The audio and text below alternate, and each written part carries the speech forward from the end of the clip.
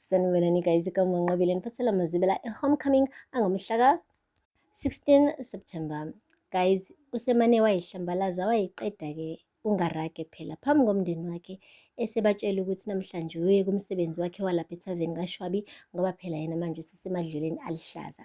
Ayi, uZethumane nje wakhexa wabamba ongenzansi ebona phela umfowabo evuka ekuseni ngovivi egqoka isudi kanolukusho efuna ukubakhombisa nje ukuthi emndenini wakhe manje usekhomba ngophakathi. Hayi, umndeni wakhe-ke ubolo-ke unako ngingabazi ukujabula phela ngoba phela abazi ngempela ukuthi njengoba eqhosha kangaka ubhuti yini le aqhoshe ngayo. Ushilo ukuthi le bekade vele ningithatha nina kancane. Ngifuna ukunikhombisa-ke namhlanje ukuthi nami Ngarage ngiyakwazi ukwenza izinto zenzeke. Yabona wena Zethu, kakhulukazi wena ubutshela ukuthi wena wedwa ngenza izinto zibe ngcono la ekhaya. Wena wedwa kwazi ukuthi ulethe isinkwa la ekhaya. Ngifuna wazi ukuthi nami manje hayi sekuzoshintsha isimo. Uphathe nje umphako yisisi, ungakhathazeki, ukhona upholoni lapha efrijini ngiwuthengile. Hayi bo guys, uNgarage sesuka lapho uNgarage wafona efonela lo bhuti lo agwaze phela ngo-1,500 kuyena ukuthi akhokhele umasipala athathwe-ke emsebenzini aqashwe kuNgarage. Hhayi, ubhuti-ke akayibanga bangifoni ucingo lumane lamphose ey'hlahleni kanjalo-ke uNgarage waphatheka kabi kodwa wangafuni ukukhombisa emndenini wakhe ukuthi uphatheke kabi. Wathi hhayi, shouthi akajatshile lo mjida, qamba amanga njalo.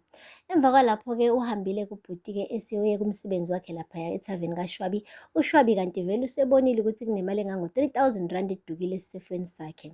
Ubize labasebenzi laba nje ababili wababuza ukuthi imali iyephi ngoba ayikwazi ukumila iy'nyawo iyiphumele laphaya eseyfini.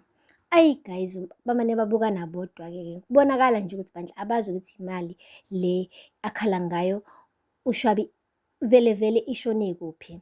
Ufike kunjalo-ke uNgarage waphika naye wamuzwa nini, wathi akayazi imali ukuthi ilaphi kodwa washo ukuthi akehlise umoya nje uShwabi le mali elahlekile u-3,000 namasenti nje ambalwa akusiyona imali etheni. Imagine guys, ebe azi kahle ukuthi yena untshontshile lo 3,000 wahamba ogwaza ngawo ngo-1.5. u-1.5 omunye wathenga igrosa laphaya ekhaya kubo efuna phela bambone ukuthi hhayi impela usengenile ey'ntweni and kusezokukhulu kunalokhu.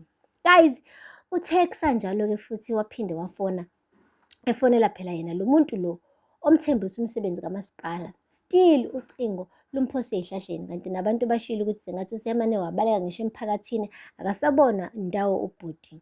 UMane wasola-ke manje umqhakazo ukuthi sengathi lo muntu uMane washaya wachitha ney'mali zabantu. Baningi abantu abathembisa umsebenzi kamasipala bamnikeza u-1.5 ubhuti wabona ukuthi userich washaya wachitha. Kanti-ke noNgarage-ke ungomunye walabo bantu labo abaqoliwe beqolwa yilo bhuti lo Mbumbulu. Guys, bese kumuncu-ke ebusweni bakaNgarage ngesikhathi kubuya uShwabi ezomtshela phela ukuthi usebaxoshile labasebenzi ababili abasola ngokuthi bantshontshe u-3,000 rand wakhe laphaya esifweni. Hayi bo guys, angeke nikholwe ukuthi ubhuti uqhubekile wathi yena uye kumsebenzi, usethola umsebenzi kamasipala, akangabaxoshi labantu laba ababili uzobadinga ngoba yena ngeke asasebenza ethaveni.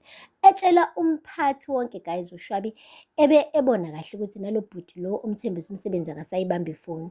Guys, ukube bekuyimina bengeke ngisasho lutho, bese ngizowuvala kakhulu umlomo-ke manje. Sengibona kahle ukuthi sengathi vele nje le nkukhu le kuzomele nje achithwe lamanzi ngoba isibalekile. Ngiphinde futhi ngiqale phansi mina ngithi ngiyawuyeka umsebenzi. Hoyi, never.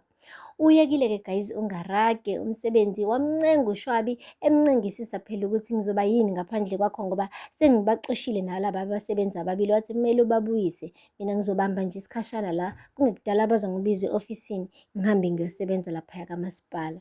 Hayi bo guys, akupheli-ke lapho. Waphindela emumva-ke endlini yena phela uNgarage kodwa kulokhu beselikhumulile ibhantshi sengathi ubeseshiselwa ubhuti esesele ngeshethi lodwa. Kwafika-ke ubhuti ekuthiwa uJoe owumashonisa. uShwabi-ke uNgarage lo muntu lo umkweleta u-500 rand.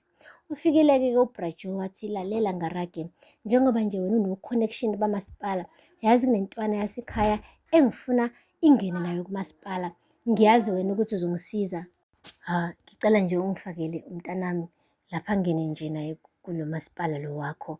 Hayi, wavuma guys uNgarage efuna phela ukuyibonakalisa ukuthi angeke nje agcine ngokusebenza kamasipala kodwa uzovula impela ngisho no-connection ukuthi nabanye abantu bangene shiqi.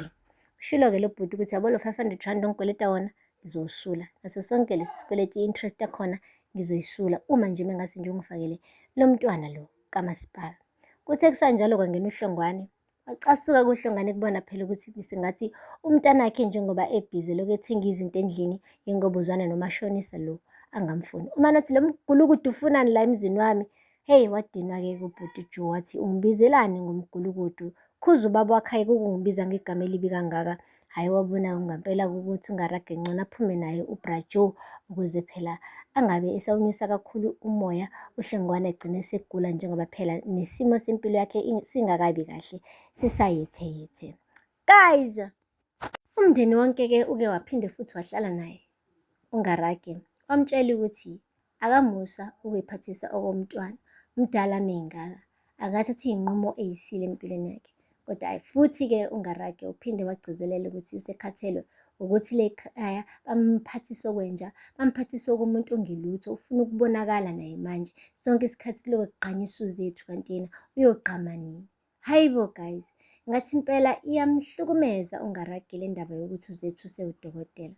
Ngiyazi kona kuke kube nzima mekuthi niy'ngane zandawonye nikhule nonke, mase senibona lo oyedwa-ke mhlampe omncane futhi ethu uthola ithuba elingconywana empilweni, bese-ke kuba sengathi lo munye ubukeleka phansi, kanti abazali abakuthathi konke lokho bekufaka enhliziyweni. Iy'ngane zabo yihlezi iy'ngane zabo futhi bayay'thanda ngokufana. Yikona nje ukuthi uNgarage yena uzibukela phansi yena uqobo lwakhe, uhambe etshela wonke umuntu ukuthi bambukela phansi laphaya ekhaya kubo, kanti umuntu ozibukela phansi kahle kahle laphayana uyena uqobo.